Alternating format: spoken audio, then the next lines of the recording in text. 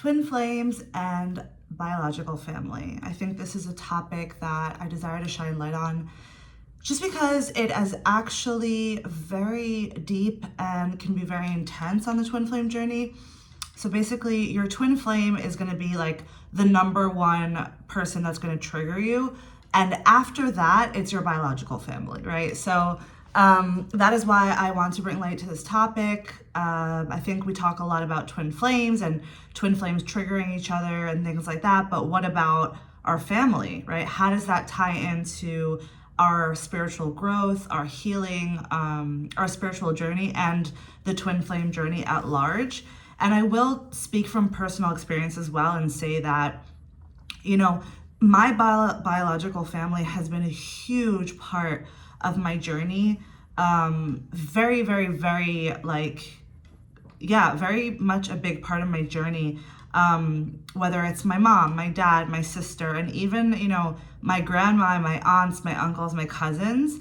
So the reason this is like a thing is because, a lot of our healing comes from our childhood, right? Like the family we grew up with, our soul chose, right? So let's first disclaimer, we are not victims of our circumstances. We're not victims of our family. We're not victims in the sense that, we're unlucky and we got, these family members or whatever that, weren't loving us perfectly or didn't know how to love us exactly how we needed.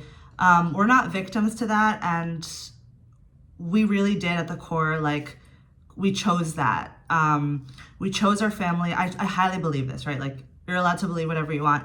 I personally believe that our soul chose our family on purpose because there's like spiritual lessons that we need to learn specifically through these people. And while there could be a lot of love also in the family, there could also be a lot of blocks and things to work through.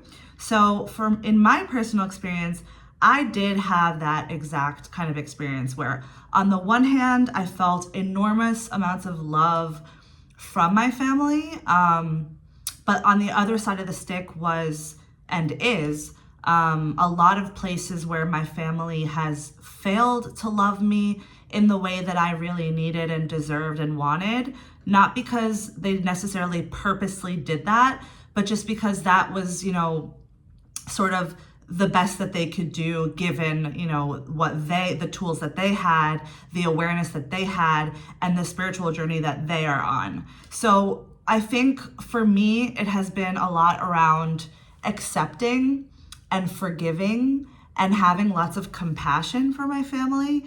And for myself, as we all sort of navigate our own personal spiritual journeys, seeing my parents as divine children of God and seeing how, they gave me a lot and I'm grateful for that and I love them so much. And in the same breath, I can also acknowledge where they fell short, where they made mistakes and where they made really poor choices. And so the reason I also bring this up is because I find a lot of times, especially with my clients, where all they want to do is if they had any negative experiences with their family, the instinct is to kind of run away. I want to move out. I don't want to be with my parents. I don't want to be in touch with them, or I want to take a break, or it's not necessarily cutting contact, but it's this desire to kind of distance and kind of run away. And the thing is that doesn't solve the problem, right? So no physical distance can really actually solve the issue, because no matter where you are, no matter how far away you are, even if, God forbid, one of your family members has, deceased and gone to the other side, even if that's the case, you still will carry those upsets within your consciousness until you make the choice to heal them. So the best thing you can do is just embrace the fact that your family plays a role in your healing. And you can most definitely embrace that and make the choice to heal whatever your family is bringing up. And then, of course, if needed, set any boundaries you need to set. Or maybe, as a result of your healing, the relationships will actually grow in love, grow in respect, grow in closeness, which has actually been mostly my case, with a few exceptions. But I find that the more that I heal, the better, sorry, the better I feel with my relationships with my family members. Not all of them, but a lot of them. So, I really would invite you to look at your family, your biological family, as sort of like similar to how you would see your twin flame. It's not the same thing, right? Because the difference here is that your twin flame will always make the same core choices as you. Your family members might not, right? Like you may be choosing love, you may be choosing healing. Your family members, not necessarily. Now, so you can't control, what they choose. You can't control them in any way, but you can heal and see what happens, and also, invite them and show them and be an example for them, in terms of, how it is to heal and what healing means and what loving yourself means, right? And all of that. So, I think I just wanted to get on here and give you guys that little nitbit, just because I feel like it'll be way easier. Sorry, every time I'm talking about something triggering, I get this cough. And I think, if I remember correctly, coughs have to do with, the throat chakra, communication, and also making new choices, right? So what's coming up for me now is I'm currently moving through this exact lesson with my family, making a new choice to set boundaries, let go of attachment, honor other people's choice, not try to control them, and just really cultivate healthy and loving relationships, that are reciprocal and that are mutually respectful and loving. And if they're not, then there's more healing to do and there's more boundaries to set, because you cannot really ascend and go higher and higher and higher if you're holding on to any toxic relationships. So what the message I really want you guys to take home here is, instead of seeing your biological family as a burden or as something that is, it's like a toll on your life, or, or it's frustrating, or it makes you angry and it makes you upset, and it, there's a lot of heaviness and trauma and childhood and memories and all these things. Instead of focusing on all of that negativity, I invite you to look at your family as, a tool to help you heal, and to embrace that and really love, all those relationships fully, and really have compassion for yourself as you move through it, but also unconditional love and compassion for your family members, because at the end of the day, they deserve that, and so do you. So instead of, holding on to all these, memories or traumatic experiences or upsets or whatever, the better thing to do here is to just put your ego aside, and embrace the healing that's being asked of you from God, through your family members. So for example, blah, blah, blah, blah, blah. I'm trying to think of a personal example that I've recently moved through. So for me, okay, this is a good one. I think for me, because your family they're sort of the first people that ever met you, right, on earth. And a lot of them probably have known you your whole life.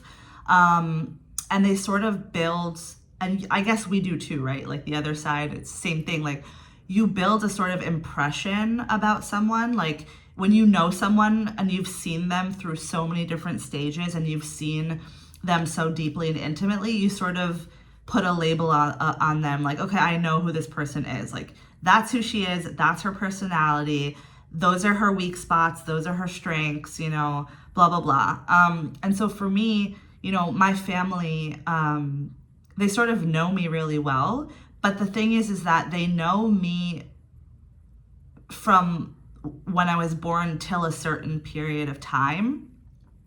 And when I began to change and really start healing and growing and letting go of my old self, that's where it gets tricky, because in my personal experience, I can feel where some family members still hold on to this past version of me instead of like acknowledging that I've changed, instead of acknowledging that I've grown. And I'm just actually, as I'm speaking, I'm like, oh, okay, this is something I can heal, right, within myself. Like, where am I still holding on to my past version? Where am I still looking at myself, not acknowledging like that I've grown and changed and healed? So, yeah, so for me, that's something that I was moving through and still, I guess, am moving through, right? It's like, I'm not the person that I used to be. And some people will acknowledge that and see that, and they'll be supportive of that in your family. Some people might not. Some people might really desire to just hold on to this old image of you in their head, and no matter what you do, they just treat you like they would treat your old self.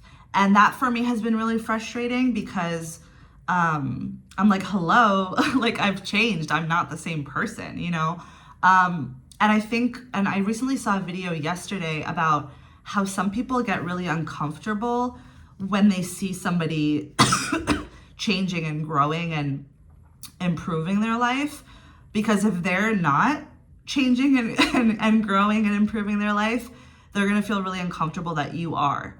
It's going to bring up this like gap. They're going to see the gap between themselves and you, and they're going to feel uncomfortable, and they would prefer that you kind of stay at their level where they feel comfortable, versus you being like up here, like you're growing and evolving and thriving, and they're over here stuck in their patterns, right? And in their upsets. So they're gonna, I guess, like it could bring up things like, jealousy and things like that. Not necessarily. I'm just like, it just makes sense to me that that's what it would be. Because I know for myself, when I was really down and low in my life, I did feel uncomfortable around like really successful people. Like it would bring up jealousy. It would bring up feelings of like, lack of self-worth, and like feeling frustrated. Like, why is it so easy for them? Why can't I do it? Things like that, right? So yeah. So again, like having compassion for them, setting boundaries though, because you cannot have people in your life that are A, not willing to change, B, not willing to support you and like be happy for you, and C, people that are going to bring you down and just like have negative impact on your life, just their negative energy and things like that, any toxicity. You have to set a boundary with that. So that's my message for today. Embracing the healing with your biological family versus being resistant to it and just being upset about it. You can move through the upset. Like, it's part of the process to feel upset, and it's okay if you feel upset. But the next step would be, okay, let me heal this, right? Instead of staying upset. Because if you're staying upset, then you're actually doing exactly what you're complaining about them doing. So make a new choice, make a different choice, and choose love for yourself, choose peace, choose happiness, choose joy, choose forgiveness, choose compassion, choose love. I love you all. Please subscribe to my channel if you haven't. Like this video if you liked it. And if you want to book a free consultation and work with me, you can do so below. I will see you in my next videos, guys. Bye.